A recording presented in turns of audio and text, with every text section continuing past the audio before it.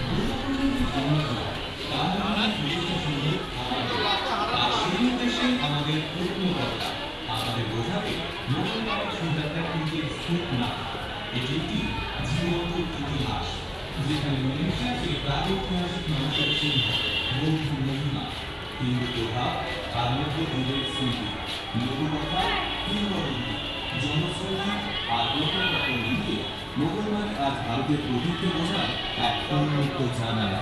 আর আমরা আপনাদের সকলকে স্বাগত জানাই সেই উন্মুক্ত জানালায় একটিবার এসে দাঁড়ানোর জন্য আমাদের প্রত্ন কথার মাধ্যমে।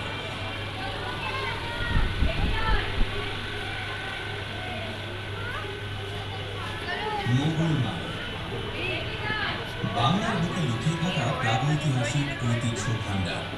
এই মোগল মানের মাটির নিচে চাপা পড়ে আছে আমাদের ভারতবর্ষের হাজার হাজার বছরের ইতিহাস এবং প্রাচীন